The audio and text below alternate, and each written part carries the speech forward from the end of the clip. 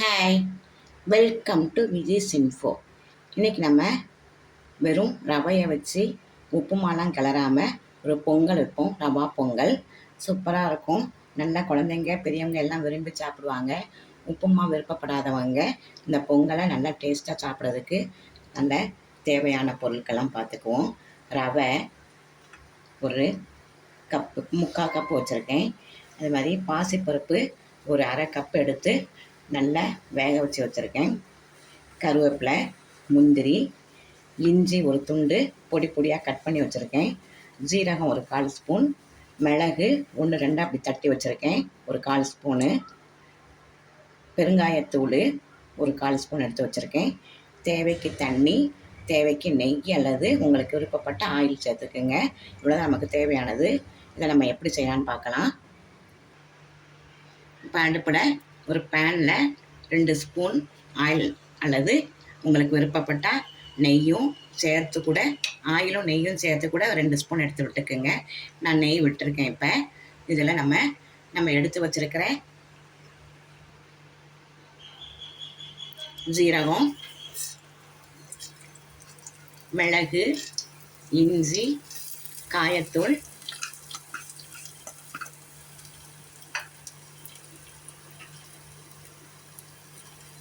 கருவேப்பிலை,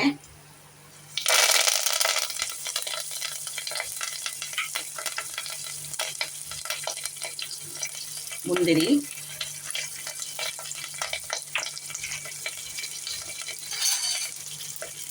எல்லாத்தையும் வறுத்துக்கலாம்.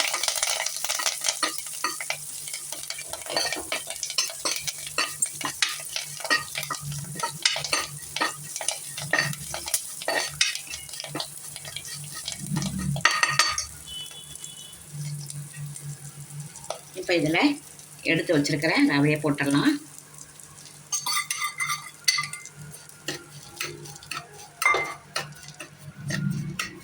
ஒரு நிமிஷம் இப்படி நல்லா வதக்கிக்கலாம். வறுத்த ரவை தான், அதனால் சும்மா இந்த நெய்யெலாம் கோட்டிங் ஆகிற மாதிரி வறுத்து வச்சுக்கலாம்.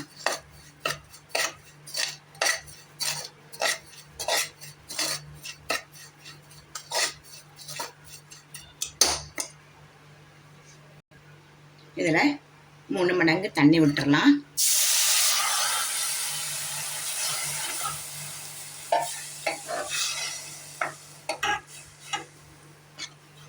நல்ல சிம்பிளாகவும் இருக்கும், உப்புமா மாதிரியும் இருக்காது, பொங்கல் மாதிரி இருக்காது. ரெண்டும் சேர்ந்த கலவையாக நல்ல டேஸ்ட்டாக சூப்பராக இருக்கும். நீங்கள் உங்கள் வீட்டில் ட்ரை பண்ணி பாருங்கள்.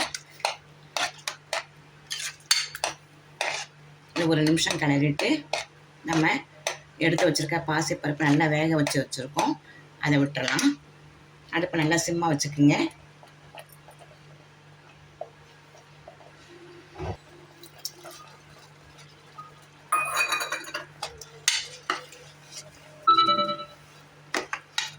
ரொம்ப குலைவாக வேக வைக்க வேண்டாம், ஒரு 3/4 சைஸ் வந்தால் போதும் பாசிப்பருப்பு. இப்போ நம்ம இதில் தேவைக்கு உப்பு போட்டுடலாம். கல் உப்பு போடுறேன்.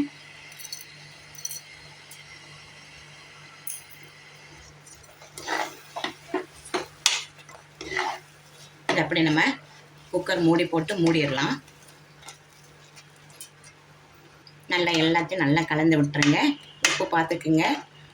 இந்த டைமில் உப்பு எப்படிலாம் இருக்குன்னு பார்த்துக்கிட்டு நம்ம தேவையான போட்டுக்கலாம். நம்ம ஃபஸ்ட்டு கொஞ்சம் குறைச்சலாகவே போடுங்க, அப்போ நமக்கு தேவைக்கு கொஞ்சம் ஜாஸ்தியாக வேணால் போட்டுக்கலாம். ரொம்ப முதலே போட்டுறாதீங்க. 3 மடங்கு தண்ணி ஊற்றுனீங்கன்னா நல்ல பொங்கல் நல்லா குலைவாக இருக்கும், இல்லாட்டி ரொம்ப ஃபிட்டாக இருக்கும். நல்ல வறுத்துட்டோம் ரவையை, ஆனாலும் சில நேரம் கட்டி வரும். நல்லா கட்டி இல்லாமல் நல்லா எல்லாத்தையும் நல்லா கலரிக்குங்க. நல்லா அவ்வளோதான். இப்போ நம்ம மூடி போட்டுடலாம்.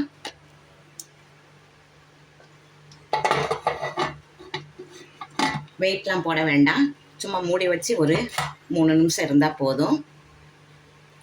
இப்போ ஒரு 3 நிமிஷம் நல்லா வெந்திருக்கு. இப்போ நம்ம திறந்து பார்க்கலாம்.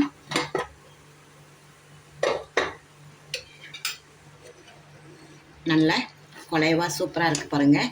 இந்த பதத்தில் இருந்தால் போதும். நம்ம ஸ்டவ் ஆஃப் பண்ணிடலாம். இதுக்கு மேலே ரொம்ப ஃபிட் ஆயிரும். இப்போ ஸ்டவ் ஆஃப் பண்ணிவிட்டு 2 ஸ்பூனு நெய் விட்டுறலாம். உங்களுக்கு நெய் பிடிக்கலன்னா ஆயில் கூட விட்டுக்குங்க, நல்லா தான் இருக்கும். ஆயிலும் நெய்யும் கலந்து விட்டால் இன்னும் நல்லா தான் இருக்கும். அவ்வளோதான், நல்ல ரவா பொங்கல் சூப்பராக ரெடி ஆயிடுச்சு. நல்ல ஹெல்த்தியான பாசிப்பருப்பு எல்லாம் சேர்ந்துருக்கு.